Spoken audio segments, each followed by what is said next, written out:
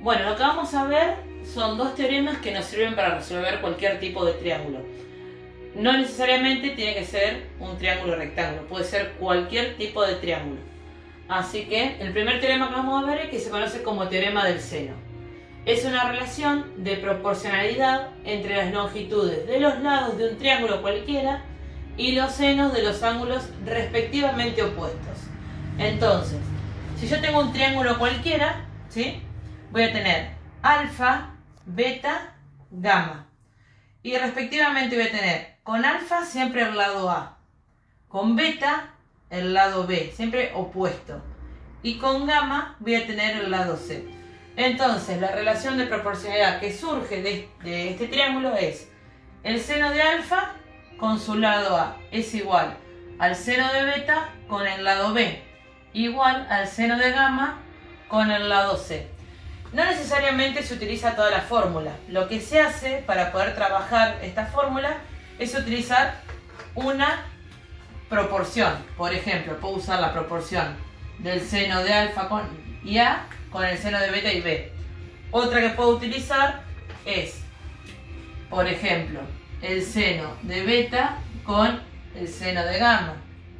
O si no, puedo utilizar el seno de alfa con el seno de gamma.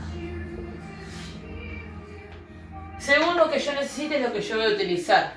En realidad, y para que quede más claro, yo siempre utilizo cualquiera de las proporciones. En especial siempre utilizo la misma, la primera, porque es más que nada la ubicación que yo hago con respecto al triángulo que voy a trabajar.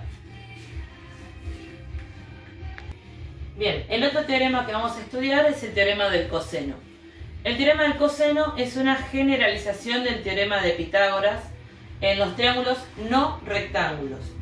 El teorema relaciona un lado de un triángulo con los otros dos y con el coseno del ángulo formado por estos dos lados. Entonces, yo tengo un triángulo cualquiera, ¿sí?, como en la figura que hicimos en el teorema del seno. Tengo alfa con su respectivo lado A, gamma con su respectivo lado C y beta con su respectivo lado B.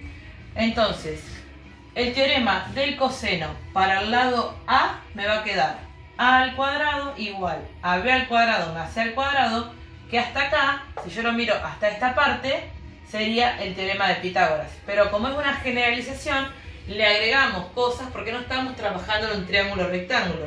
¿Qué es lo que le agregamos?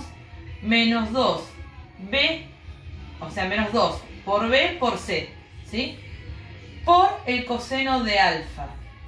Entonces, a ver, fíjense que si yo tengo B al cuadrado más C al cuadrado, este B es el mismo que este C es el mismo que este. Y el coseno es del ángulo del lado que yo estoy buscando. Entonces, por ejemplo, si yo quisiera armar el lado B, o sea, para trabajar con B, me quedaría B al cuadrado, A al cuadrado en este caso, más C al cuadrado, menos 2 veces el A por el C, y el coseno en este caso va a ser, como estoy trabajando el lado B, de beta. Y lo mismo va a ser para el lado C. Si yo quisiera buscar el lado C, va a ser A al cuadrado más B al cuadrado menos 2 veces el A por el B por el coseno del lado del ángulo opuesto al lado. Entonces va a ser gamma en este caso. Bien, sabiendo ya los dos teoremas, ahora la pregunta es ¿cuándo utilizo cada uno de ellos? El teorema del seno siempre lo voy a utilizar cuando a mí me den de dato dos lados y un ángulo opuesto a uno de ellos. O sea, a mí me dan dos lados y un ángulo que sea opuesto a alguno de esos lados.